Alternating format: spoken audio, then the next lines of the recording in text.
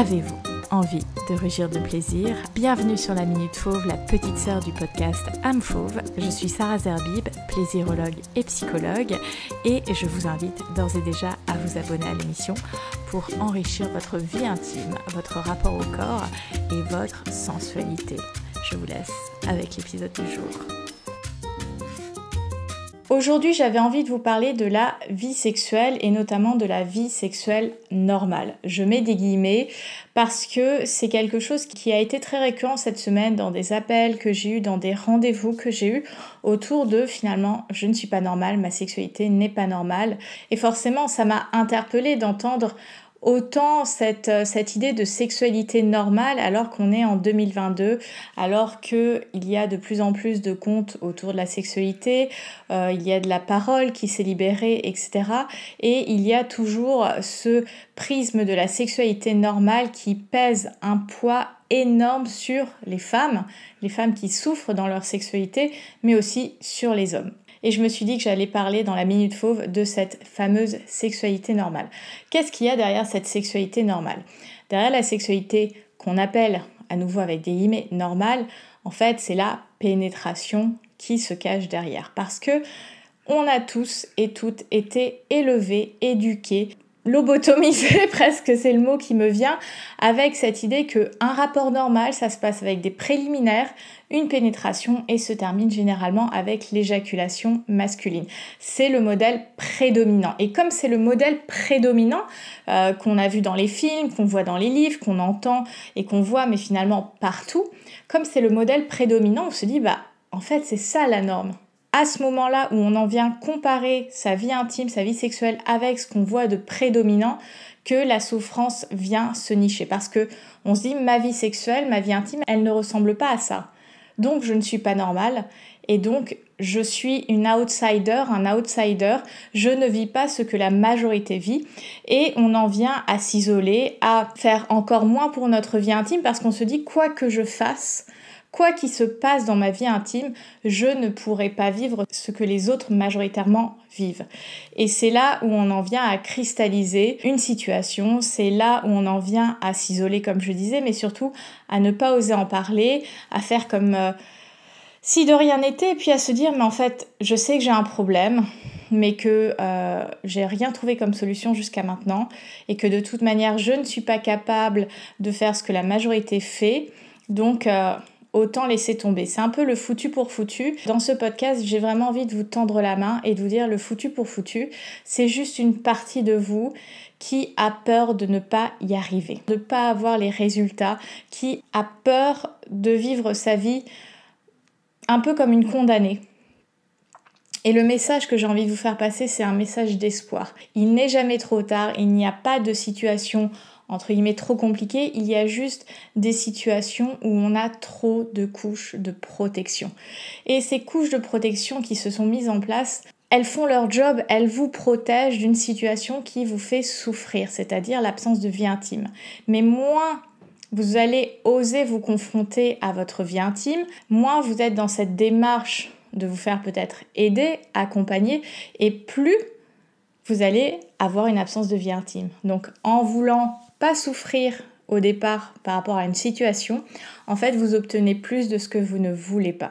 Le message vraiment important que je voulais vous faire passer, c'est qu'il n'y a pas de sexualité normale. Il y a une sexualité prédominante dans notre société hétérosexuelle, avec encore des signes de machisme, de sexisme, de patriarcat. Donc c'est une sexualité qui est majoritairement, à nouveau prédominante, majoritairement phallocentrée, c'est-à-dire qu'elle s'organise autour du phallus, du pénis de l'homme, et donc majoritairement de la pénétration, de la fellation, etc.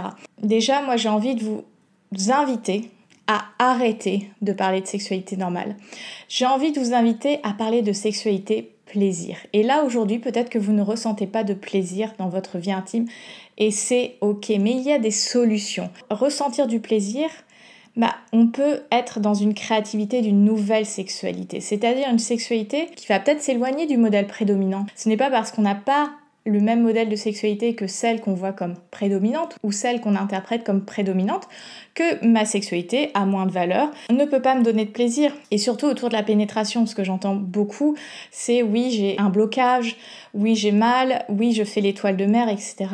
Mais osez développer une autre sexualité, osez voir les baisers, les caresses, le sexe oral notamment comme une sexualité à part entière. Ce n'est pas une sexualité de moins bas étage. Je l'ai déjà répété dans la Minute Fauve.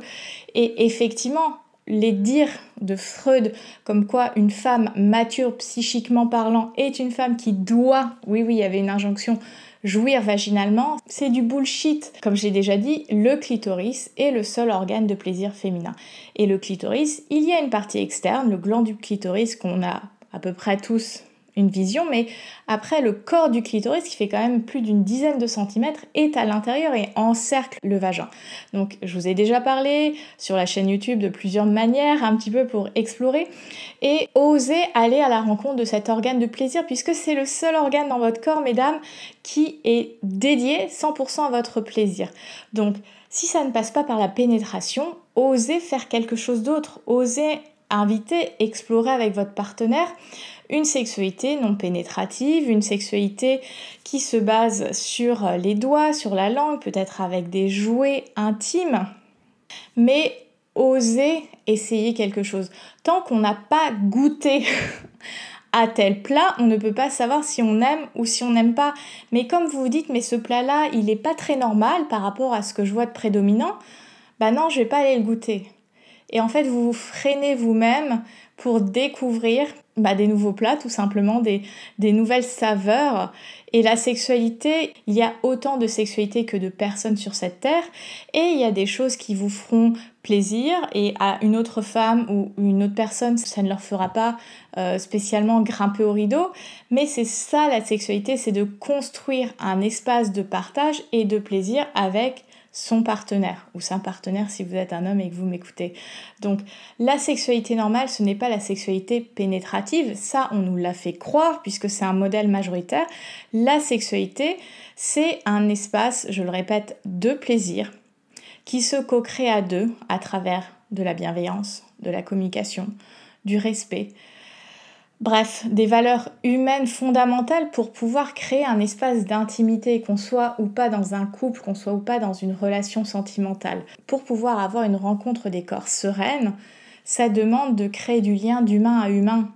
Et tout de suite, quand je parle de créer du lien d'humain à humain, beaucoup de gens vont avoir peur parce qu'ils ont peur de l'attachement, ils ont peur de l'engagement, mais pour qu'il y ait un lâcher-prise qui est nécessaire dans la sexualité pour oser sortir de « ah bah non ça fait pute, ah bah non ça fait salope, ah bah non ce n'est pas moi qui peux faire ça », ça demande un lâcher-prise. Et pour avoir du lâcher-prise, ça demande de créer un lien d'humain à humain, ça demande de connecter avec l'autre, ça demande d'avoir un minimum de confiance.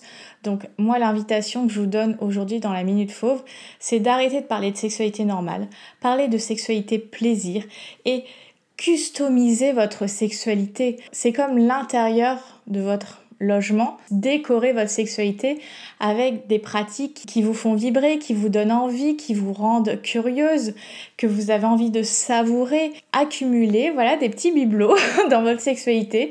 Osez aller lire, osez vous documenter et il y a énormément de choses dans l'écosystème âme fauve qui peut vous aider, notamment le Club des Fauves avec ses audios méditationnels et sensoriels pour vous guider dans l'exploration avec votre corps. Donc je vous remettrai un lien dans la box de description de cet épisode. Et puis surtout, le pas que j'ai envie que vous preniez pour vous, c'est d'aller en parler, sortez de l'isolement parce que moins vous allez en parler et plus ça va prendre de l'espace dans votre tête. Et vous allez vous dire, mais oui, je sais que c'est ça mon problème. Ok, mais qu'est-ce que vous faites?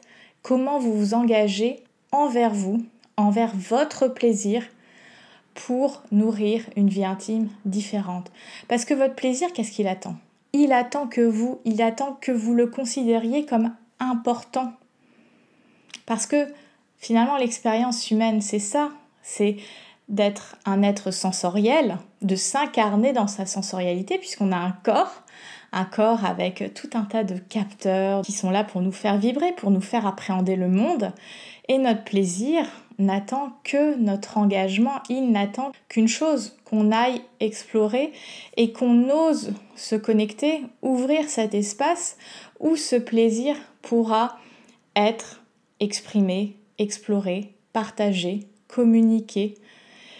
Donc, c'était un peu ça le message que j'avais envie de vous faire passer aujourd'hui. Voilà, il n'y a pas de sexualité normale, il n'y a qu'une sexualité plaisir, parce que vous êtes normal. Si ça fait mal, c'est simplement le message de votre corps dont vous avez à prendre soin. Une fois qu'on se dit, aujourd'hui ma sexualité, elle n'est pas très source de plaisir, on va moins se poser la question de pourquoi je suis comme ça plutôt que comment je peux renouer avec le plaisir. Et c'est là que âme fauve intervient, c'est là que la plaisirologie intervient. On est avec la plaisirologie, le comment on reconnecte à son plaisir. J'espère que cet épisode vous a fait du bien, vous a fait un peu déculpabiliser par rapport à votre vie intime. Et n'hésitez pas de rentrer en contact avec moi dans l'écosystème âme fauve, vous le savez, sur Instagram, Facebook, TikTok, bref, tous ces espaces ou tout simplement mon site web. Je remets les liens dans la box de description. Et osez prendre soin de votre plaisir parce que on est des êtres sensoriels, on est des êtres avec un potentiel sensuel et érotique. Autorisez-vous à vivre cette vie pleinement parce qu'on n'en a qu'une et ça vaut le coup. Prenez soin de vous, libérez votre version fauve et surtout rugissez de plaisir. Je vous dis à très bientôt. Bye!